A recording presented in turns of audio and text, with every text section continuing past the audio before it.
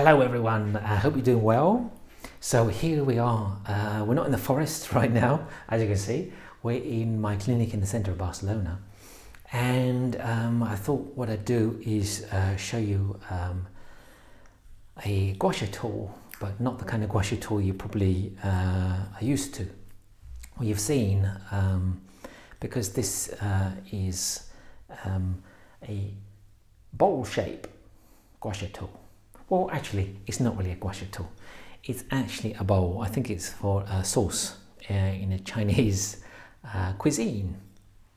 But I wanted to just show you that this is a fantastic alternative to using a kind of more standard gua sha tool.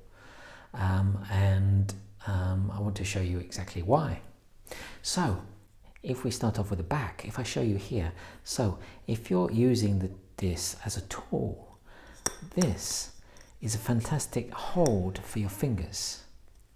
And so if I do it on my arm for you, look, my fingers are kind of tight on, quite often there's nothing to hold on to, and so this really tires the muscles in your palm.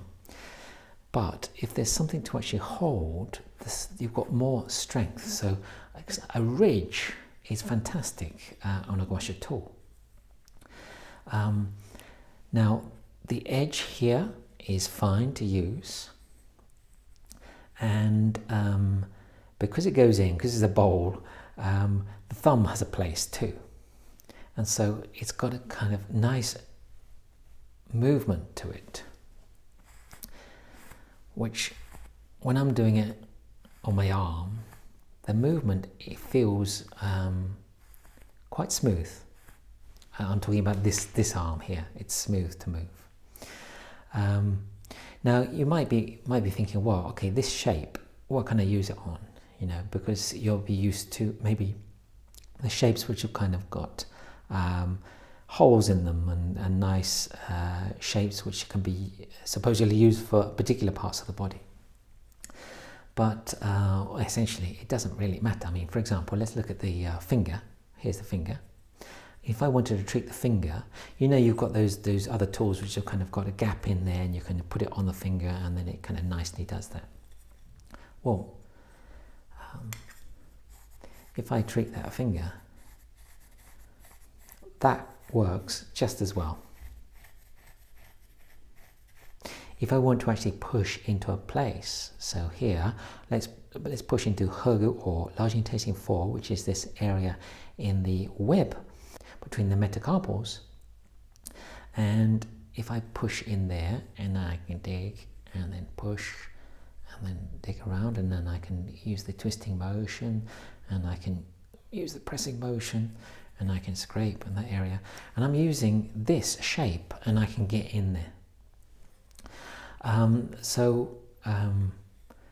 Tools like these, even though it is actually a bowl, are actually really fantastic.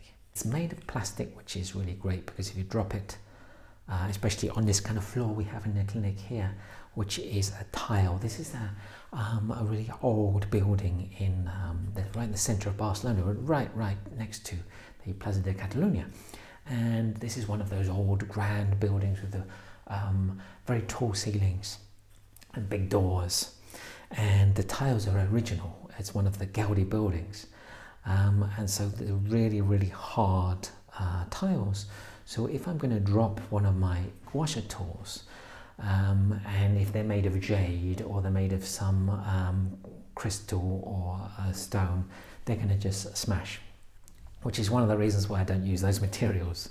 And I almost always use resin, plastic, metal, and basically things which I can clean in the clinic. So there we are. This is the bowl, which is also a very useful gua sha tool, and I recommend it. Just make sure that this edge, the edge around the outside, is very smooth, and that's very important.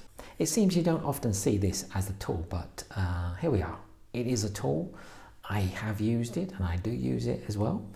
And certainly in Taiwan, there are variations of this as actual gua sha tools, and so Basically, gua sha tools, you might think that they're set in stone, you know, these are the tools that are used in gua sha. They're not. They're just kind of creations of people who've just decided that they're the most convenient ways to use the tool.